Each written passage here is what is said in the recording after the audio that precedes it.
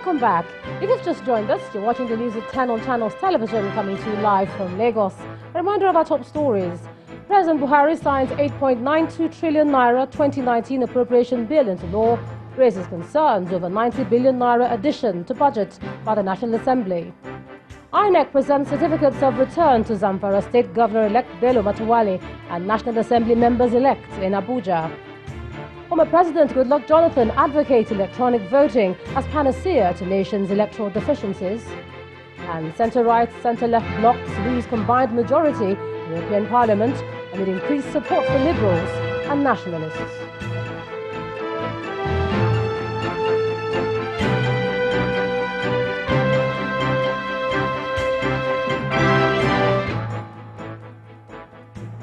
For more information on our top stories, please visit our website, channelstv.com. youtube.com/channelsweb has videos of our shows. Also watch Channels Television's live stream on YouTube and other social media platforms using your mobile device browser, or download the Channels TV app for Android and iOS devices from their respective stores. Besides giving you access to news updates on the go, the Channels TV and Channels 24 app have an eyewitness feature that you can use to share pictures, videos, or news of happenings around you. Just install the app, tap and swipe to reveal the menu, and please follow the instructions. The former President Goodluck Jonathan believes electronic voting is the way to go if Nigeria and other African countries must rise above their electoral deficiencies. The former President, who was the chairman at the Rivers State 2019 inauguration lecture, believes the processes must build confidence. Governor Nyesom Wike, on his part, blames the nation's problems on what he describes as unnecessary politicization and injustice. Our correspondent Emmanuel Ere reports. The occasion of the Rivers State 2019 inauguration lecture gets underway as former President Goodluck Jonathan, the state governor, and other guests arrive. The roll call also includes some former governors, members of the National Assembly, and traditional rulers. Former President Goodluck Jonathan suggests ways of reducing acrimony in elections. I believe Africa, for us to move forward, we have no choice than to look up to full electronic voting, which is debatable because a number of people are afraid that somebody in his toilet can stay there and change their figures. As far as the guest lecturer is concerned, the 2019 elections leave much room for improvement. The core idea of democracy, as we saw earlier, is the sovereignty of the people. Representative democracy is to capture the will of the people through their representatives. Unfortunately, the aspect of democracy that we have accepted and pursue zealously is to ambush the electoral process in order to capture power. Then the unveiling of over a 700-page book put together by some professors of law in honor of the governor, who believes there should be a national rethink. Yes. You can see the way the book has been unveiled. My take is that we're going nowhere as a country. We'll continue to run around cycles and possibly crash land in a hard way unless we change our narratives about justice. Moving forward, everyone seems to agree that the political leadership must do more to entrench credible electoral system and enhance the political and economic development of the country. Emmanuel Ere, Channels Television News. And now to the judiciary, where the Katsina State High Court has fixed July the 15th to continue the hearing of a suit between the state government and a former governor of the state, Ibrahim Shima.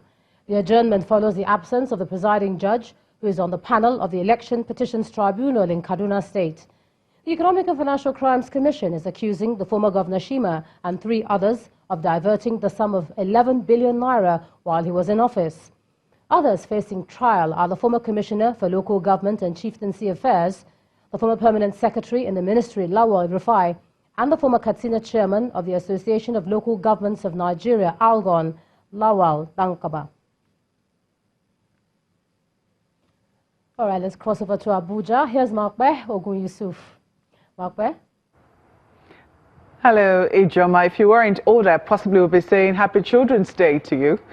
But looking at the stories we have here for you from our Abuja studios, the increasing level of weapon proliferation in Nasarawa State is a source of worry for the Defense Headquarters, which notes that the number of weapons recovered from there surpasses those from Benue and Taraba combined. This is what the commander of Operation Wellstroke, Major General Adeyemi Yekini, disclosed while giving the operation's one-year accountability and safety briefing in Makurdi, the Benue State capital. He says out of a total of 178 assorted weapons and 3,569 ammunition recovered in 1 year, 127 firearms along with 2,235 ammunition came from Nasarawa State alone.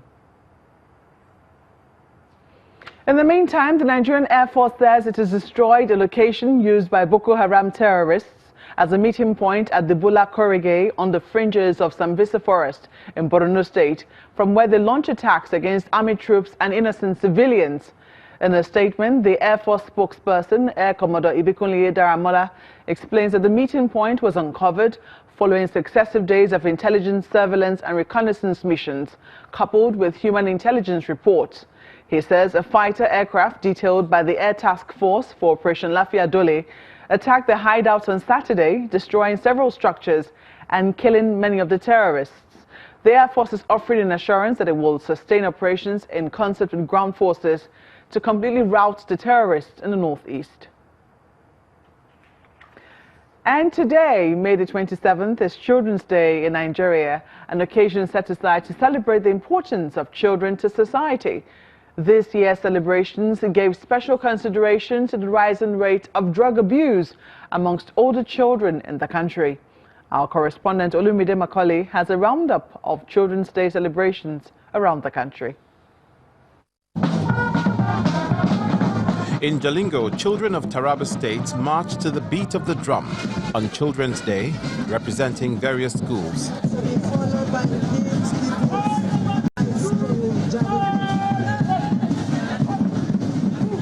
As the wife of the Taraba State governor looks on in appreciation, she speaks of the government's commitment to their needs.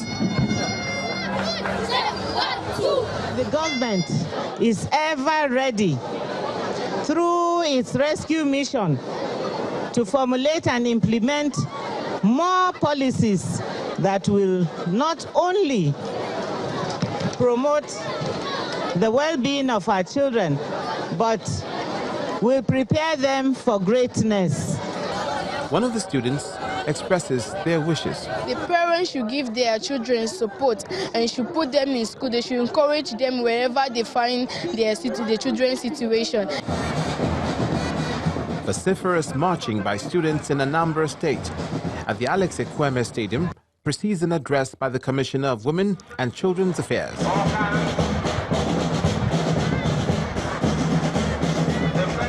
Older students from secondary schools in Akwa Ibom State take center stage here. The governor warns the youth against criminal tendencies. Let me use this opportunity again to sound a note of warning to our youths. Don't do the crime because you may not have the opportunity to do the crime.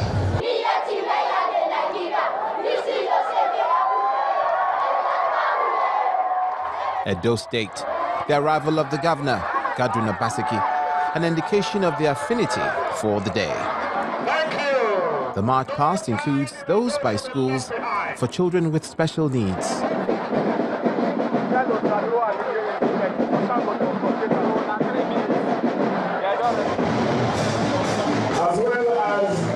In Enugu State, at the Nnamdi Azikiwe Stadium, smartly uniformed students march with similar rhythm.